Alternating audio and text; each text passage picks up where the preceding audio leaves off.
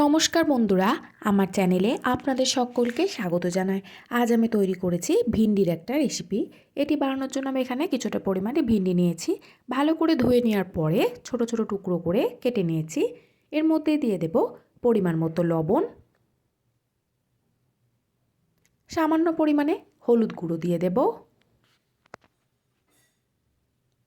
ঝালের জন্য আমি এখানে ব্যবহার করেছি শুকনো লঙ্কার গুঁড়ো। ঝালটা অবশ্যই আপনারা নিজেদের আন্দাজ মতনই ব্যবহার করবেন।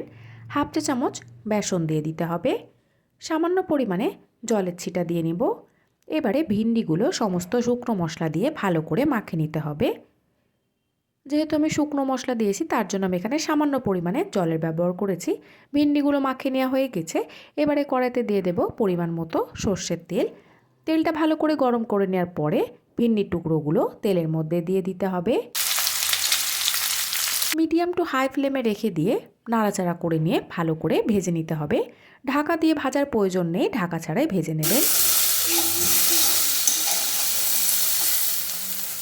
ভিন্ডিগুলো দেখুন ভালো করে ভেজে নেওয়া হয়ে গেছে। এবারে কড়াই থেকে তুলে নিতে হবে।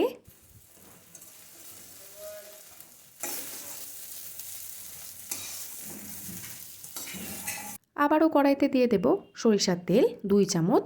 তেলের মধ্যে দিয়ে দেব সামান্য পরিমাণে কালো জিরে, সাথে দিয়ে দেব কুচি করে কেটে নেওয়া রসুনের টুকরো। 2 থেকে 3 সেকেন্ড মতো নাড়াচাড়া করে নিয়ে এর মধ্যে দিয়ে দেব চেরা কাঁচা লঙ্কা 4টে। লঙ্কাটা দিয়ে নিয়ে আবারও 2 থেকে 3 সেকেন্ড নাড়াচাড়া করে নেওয়ার পরে একটা মিডিয়াম সাইজের পেঁয়াজের কুচি দিয়ে দেব। পেঁয়াজটা দিয়ে নিয়ে কিছুক্ষণ ভেজে নিতে হবে। দিয়ে দেব এর মধ্যে সামান্য পরিমাণে লবণ, সামান্য পরিমাণে হলুদ গুঁড়ো দিয়ে দেব। কাশ্মীরি লঙ্কার গুঁড়ো দিয়ে দেব হাফ চা চামচ। জিরে গুঁড়ো দিয়ে দেব হাফ চা চামচ। ধনে গুঁড়ো দিয়ে দেব হাফ চা চামচ। সমস্ত কিছু ভালো করে নাড়াচাড়া করে পেঁয়াজের সাথে মিশিয়ে নিতে হবে। যেহেতু ভিন্ডির মধ্যে লবণ দেওয়া আছে, আপনারা অবশ্যই লবণের আন্দাজটা বুঝে ব্যবহার করবেন।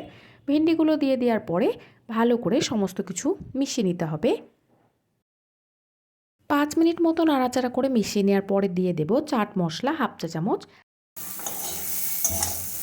আপনারা চাইলে চাট মশলার পরিবর্তে আমচুর পাউডারও ব্যবহার করতে পারবেন, এতে হালকা টক ফ্লেভার আসবে। এবারে দেখুন ভিন্ডি ভাজাটা একদম তৈরি হয়ে গেছে। গ্যাসের ফ্লেমটা এই মুহূর্তে আমি অফ করে দেব।